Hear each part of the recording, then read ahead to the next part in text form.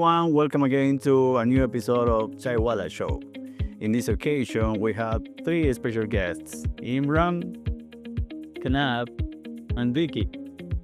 In this episode, we're going to talk about the business ideas. I see it this way as well that when you talk about businesses and the idea is some idea as a viewer it might click in your head and you feel like okay, that will become you can make a big business model out of it. So I think talking about business ideas will also help people to get some business ideas out of it and get something more valuable and pick some niche market for the customers and make something out of it. Yeah, I agree to what Kanav has said. Business is always about an idea and which can develop into the business. Like maybe it starts from a small one and go a long way. Okay, so let's start then. The first question will be, why would you start a business? I mean, why would you struggle on your own life if you are in your comfort zone? Why would you start a business? First of all, the main reason why someone start a business is he might be in a comfort zone. He might not be happy with what they are doing. Otherwise, they don't jump into business.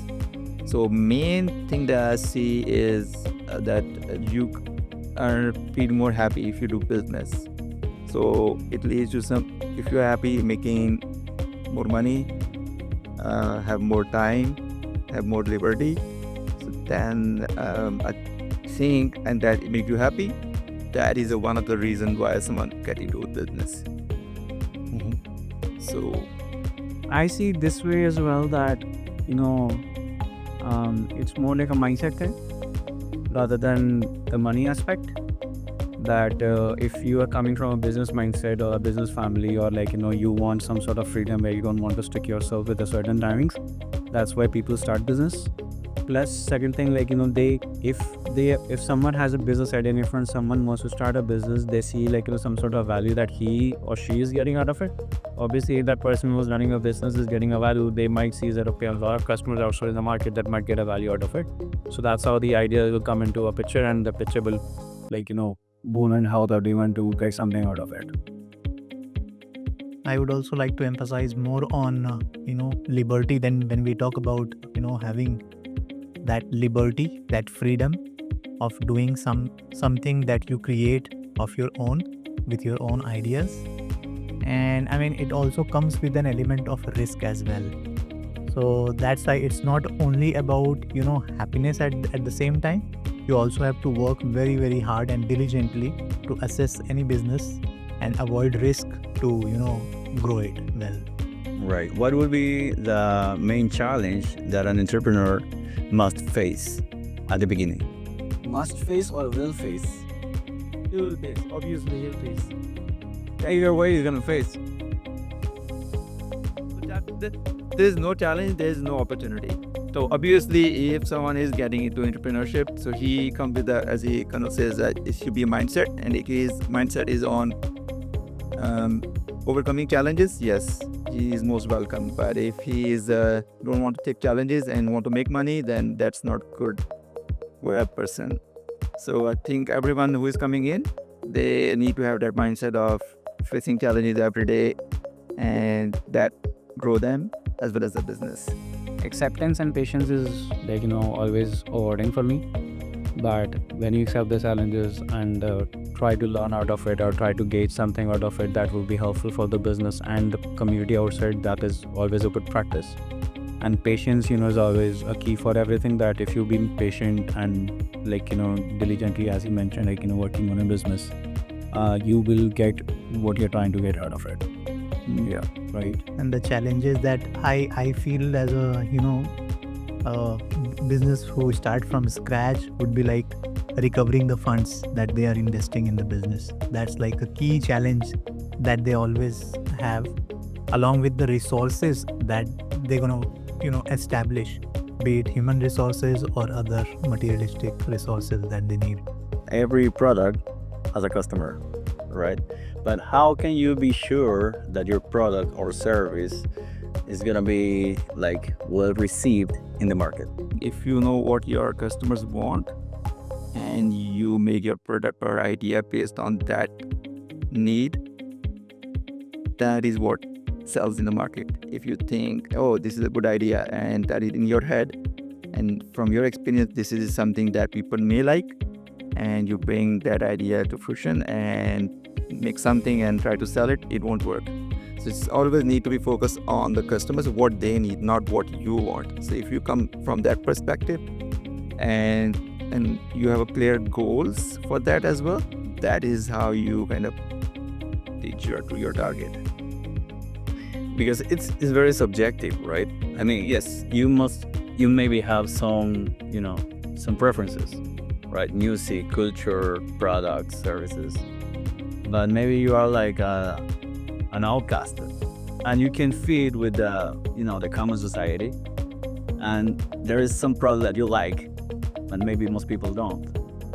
Right. And you can be very confident about your product or services, but how to make sure that you are going the right way? If I would add something to it, I will definitely say that if like this show name is Chai Talk, right?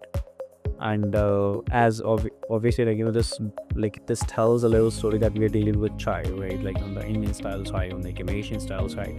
So me as an immigrant here in Canada, when I first landed in 2018, I was like, okay, if I have to go outside and get some chai the way we used to get in India, there is no way out, because there's only like Tim Hortons, Starbucks or McDonald's coffee chai kind of bread, but there's no like an authentic style chai. So then I felt that, okay, if I am craving for this thing, there will be like a lot of immigrants who are coming from like Asian community wants to have the same thing, and if I'm craving, they might be craving as well, right? So then we did some research, and we get to know, okay, there's a lot of people who actually wants a good chai, where that will become a regular habit or regular drink in their everyday life. So then you get to know, like, okay, there is a targeted market that is already there in the market, that what you are liking, customers might like it as well. Right. Yeah, but it has that element of it might be your experience, that your individual experience, that made you think about some new ideas. But then you have to verify that in the market that people want the same thing as what I'm taking. If that matches, and if people think like, okay, yes, then your research comes into action comes into pictures, that okay, you do enough research, like directly old school way, digitized way, that whatever you're thinking, people are on the same page or not. If you get okay, 50% out of the whole community target is on the same page, that becomes a business arena. So so technically, like when we talk about this thing, we in a marketing concept, we call it as like STP, segmentation, target and positioning. Right. That is what Kanav has said. Like the segment is like the immigrants, and target market is like these young people, and then there's a lack of in this culture we usually get coffee, and coffee as a culture in this country. But now back in South Asia, like India, Pakistan, there is a culture of tea. So that's what they miss here. So that completes. It's like technically, if we say it's targeting, segmentation, target, and then positioning your product. Nice. What do you think is a formula to, okay, you get an idea, you start your business plan, you start doing your research about the market, about the product, about the costs. What will be the next step after that? Implementation, execution, because that is the most important, as we discussed in the last our talk as well, that a lot of people come with like a lot of ideas, a lot of plans and a lot of research. Hypothetically everything is visible, but then the execution is the most important time, like how you're executing your product, how you are executing your research, and how you're executing everything that is delivering in the business. So that is the most challenging, I would say, that people lack, that they come up with like X amount of ideas, but they're not able to implement it because of, okay, they are lacking in money, lacking documenters, lacking good people, or like anything that can stop them to change their decision from, okay, I'm going to start a business, okay, now I'm not going to start a business.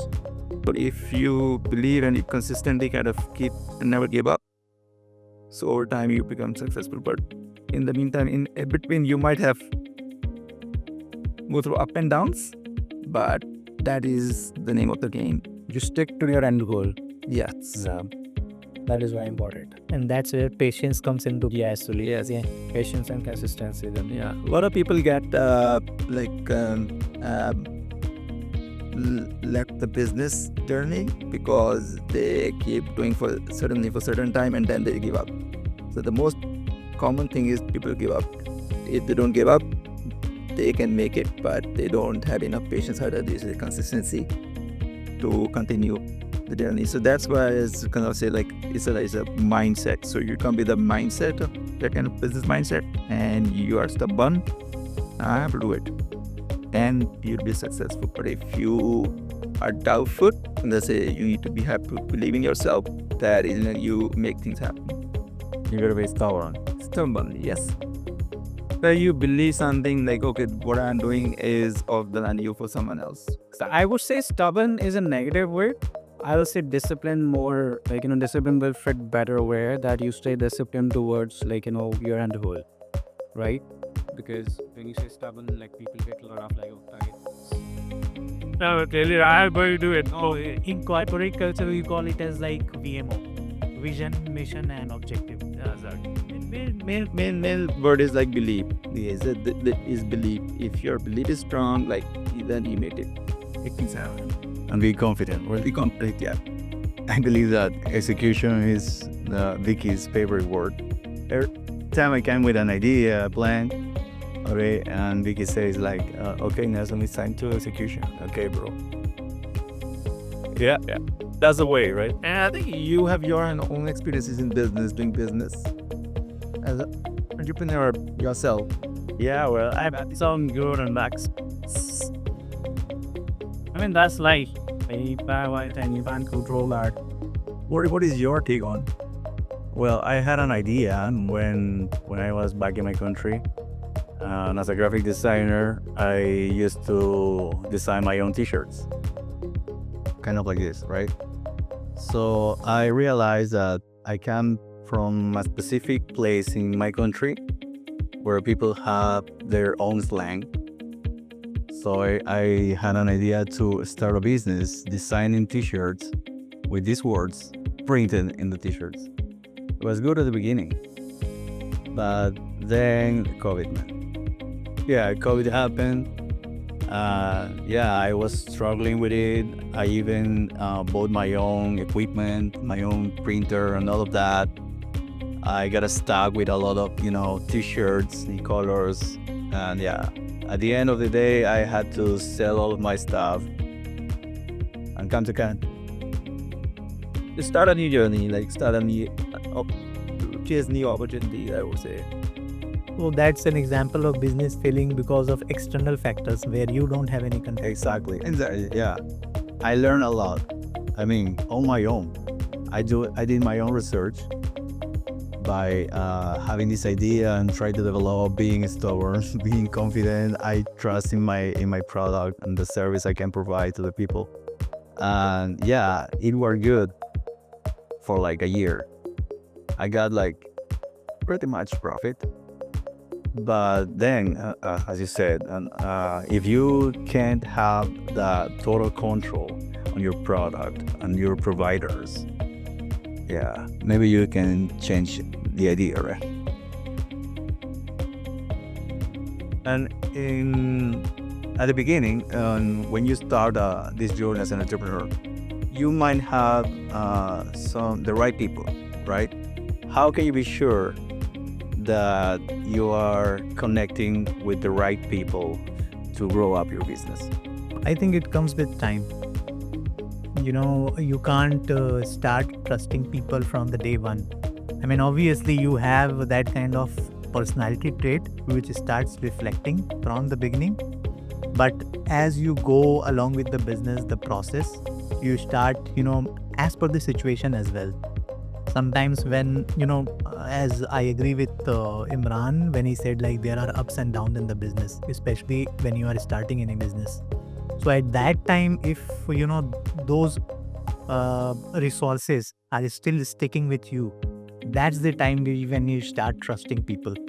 That's the time, I think. Yeah. Decision making also, like, adds a lot of value in making sure, like, you hire the right person or not. Because at the end of the day, you have your own responsibilities, and you are responsible for all the outcomes, right? So do we a decision today, right? And something like, get messed up, or like, not come up with the same outcome. So the moment you make a change of decision, and the moment you, like, you change your decision, and the decision is looked at as a fruitful for the company, then you get to know that, okay, this person was the right fit for a company, and then I can invest more into this person, like time, money, everything, so that we can work together and go more further and be more good for the company. Yeah. So that decision making is always, like, tells how from which mindset the person is coming to the company, and what he thinks, like, in the growth of the company as well. Right. Yeah, it's a ongoing process. So you cannot hire the first person and think, oh, he's the perfect fit and he'll grow my business. No, doesn't happen like that. So it's a process, as Vicky said, that you gradually learn, okay, what kind of people are good for my business, and are they a good fit or not. And over time you kind of learn, okay, this kind of business I'm in, these kind of people are good fit for me, and then you continue to work with them. And if everyone working together and make the business successful, that means you have a right team. I would also like to add, very interesting question. That's why I just wanted to add a couple of more things. It's also about taking initiatives. Right. Where you are, you come with a typical job responsibility, but what initiatives are you taking to make more contribution to the organization? And also where you take the onus, the responsibilities, and taking the ownership, wearing a cap of an owner, and then coming into the office, rather than just, thinking of that I'm working for a certain way, as an employee. That's then, people start contributing more and, thinking in that way. That organization, like, if organization grows, I'll grow. What about this situation, the financial, right? Will you agree that is it a good idea to get a loan from a bank at the beginning? If you have your own savings, that would be a good idea to start with your own savings, so you have less risk. But if you think you don't have anything else, then obviously you have some mandatory equity against you get the loan, and that is again a risk. But if that is the only option, then you have to go take a loan, and that is how it keep moving forward. So, but the main idea is that how much risk you want to take, and taking a loan for personally myself is the last thing I would like to do. But if that is the first thing that you need to start a business, that absolutely, then you need a loan, get a loan for sure. Any? I agree with him, man. Like, I don't have any different perspective on this time.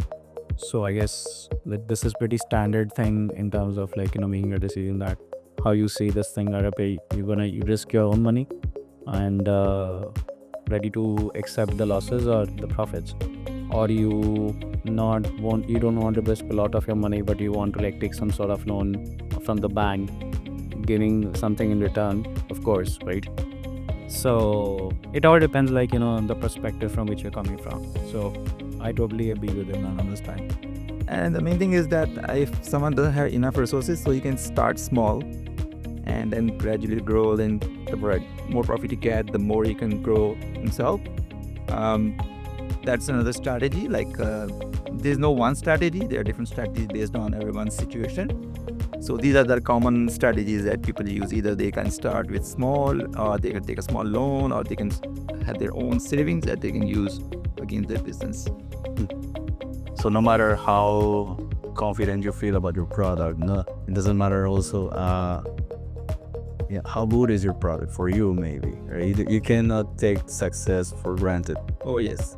So there's always a risk. Only if you have the money, that you can just think that you just lost it all.